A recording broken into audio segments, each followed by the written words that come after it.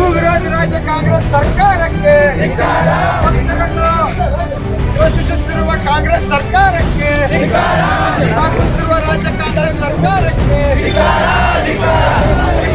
ಜೈ ಶ್ರೀರಾಮ್, ಜೈ ಶ್ರೀರಾಮ್, ಮಾತಾ ಕಿ ಭಾರತ್ ಮಾತಾ ಕಿ. ವಿರೋಧಿ ರಾಜ್ಯ ಕಾಂಗ್ರೆಸ್ ಸರ್ಕಾರಕ್ಕೆ, ಸನಾತನ ವಿರೋಧಿ ರಾಜ್ಯ ಕಾಂಗ್ರೆಸ್ ಸರ್ಕಾರಕ್ಕೆ, ಸಾಕುತ್ತಿರುವ ರಾಜ್ಯ ಕಾಂಗ್ರೆಸ್ ಸರ್ಕಾರಕ್ಕೆ ಭಾರತ್ ಮಾತಾ ಕಿ ಜೈ. ತಾಲೂಕಿನ ಇಂಗಳಿ ಗ್ರಾಮದಲ್ಲಿ ಗೋಭಕ್ಷಕರಿಂದ ಗೋಗಳನ್ನ ರಕ್ಷಣೆ ಮಾಡಲು ಹೋಗಿರ್ತಕ್ಕಂಥ ನಮ್ಮ ಹಿಂದೂಪರ ಸಂಘಟನೆಯ 4-5 ಜನ ಹಿಂದೂ ಕಾರ್ಯಕರ್ತರನ್ನ ಜಿಹಾದಿಗಳು ಒಂದು ವಿಕೃತ ಮನಸ್ಸಿನಿಂದ ಅವರನ್ನ ಏನೋ ದೊಡ್ಡ ಅಪರಾಧ ಮಾಡಿರೋ ತರ ಕಂಬಕ್ಕೆ ಕಟ್ಟಿ ಕಳಿಸಿರ್ತಕ್ಕಂಥ ಒಂದು ಹೀನ ಕೃತ್ಯವನ್ನ ಇಂಗಳಿ ಗ್ರಾಮದಲ್ಲಿ ಮಾಡಿದ್ರು. ಅದನ್ನ ಇಲ್ಲಿವರೆಗೂ ಕೂಡ ರಾಜ್ಯ ಸರ್ಕಾರ ಆಗಲಿ, ಬೆಳಗಾವಿ ಜಿಲ್ಲೆ ಅಥವಾ ಹುಕ್ಕೇರಿ ತಾಲೂಕಿನ ಸಂಬಂಧಪಟ್ಟಿರ್ತಕ್ಕಂಥ ಯಾವುದೇ ಒಂದು ಸರ್ಕಾರದ ಪ್ರತಿನಿಧಿಗಳಾಗಲಿ, ಜನಪ್ರತಿನಿಧಿಗಳಾಗಲಿ ಅದರ ವಿರುದ್ಧ ಯಾವುದೇ ರೀತಿ ಕಠಿಣ ಕ್ರಮವನ್ನು ಇಲ್ಲಿವರೆಗೂ ತಗೊಂಡಿಲ್ಲ. ಅದನ್ನ ಖಂಡಿಸಿ ಗುಳೇದಗುಡ್ಡದ ಎಲ್ಲ ಹಿಂದೂಪರ ಸಂಘಟನೆ ಕಾರ್ಯಕರ್ತರು ಸೇರಿಕೊಂಡು ಇವತ್ತು ಮಾನ್ಯ ತಹಸೀಲ್ದಾರ್ ಸಾಹೇಬರ ಮೂಲಕ ಒಂದು ರಾಜ್ಯ ಸರ್ಕಾರಕ್ಕೆ ಮತ್ತು ಮಾನ್ಯ ಗೃಹ ಮಂತ್ರಿಗಳಿಗೆ ಮನವಿಯನ್ನು ಸಲ್ಲಿಸಬೇಕಂತ ಇವತ್ತು ನಾವೆಲ್ಲರೂ ಇಲ್ಲಿ ಸೇರಿದ್ದೇವೆ. ಪ್ರಥಮವಾಗಿ ತಮ್ಮೆಲ್ಲರಿಗೂ ಕೂಡ ನಾನು ಸ್ವಾಗತವನ್ನು ಕೋರ್ತೇನೆ.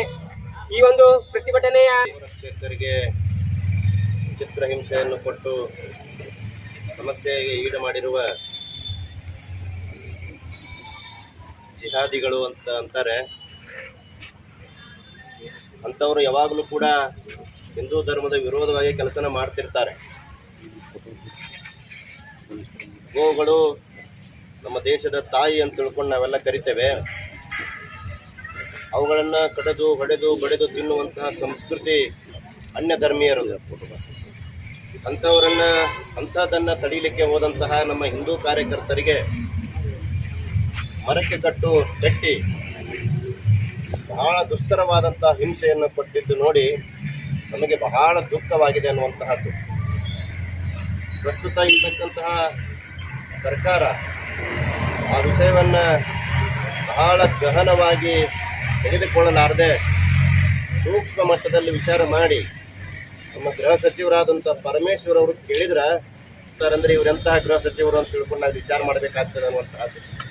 ಬರೀ ಗೋ ಹತ್ಯೆ ಅಷ್ಟೇ ಅಲ್ಲ, ಹಿಂದೂಪರ ಸಂಘಟಕರಿಗೆ ತೊಂದರೆ ಕೊಡೋದು, ಹಿಂದೂಗಳಿಗೆ ತೊಂದರೆ ಕೊಡೋದು, ಹಿಂದೂ ಧರ್ಮದ ಆಚರಣೆಗೆ ವಿರೋಧ ಮಾಡುವಂತಹ ಕೆಲಸ ಕೆಲವೊಬ್ಬ ಕಾಂಗ್ರೆಸ್ ಮುಖಂಡರು ಕೂಡ ಮಾಡ್ತಿದ್ದಾರೆ ಎನ್ನುವಂತಹದ್ದು. ಎಲ್ಲ ಕಾಂಗ್ರೆಸ್ ಮುಖಂಡರು ಹಂಗಿದ್ದಾರೆ ಅಂತ ಹೇಳೋದಿಲ್ಲ.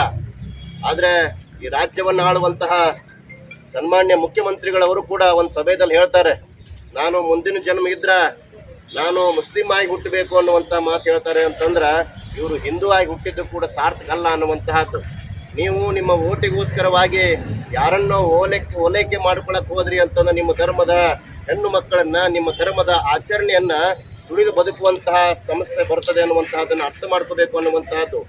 ನೀವಿರುವಂತಹ ಆಡಳಿತ ಅಧಿಕಾರ ಶಾಶ್ವತ ಅಲ್ಲ.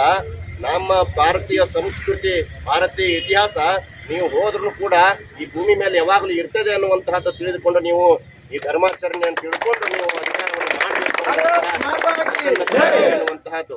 ಇಂತಹ ಯಾವುದೇ ಸಮಸ್ಯೆ ಬಂದರೂ ಕೂಡದಲ್ಲಿ ಅನೇಕ ಘಟನೆಗಳು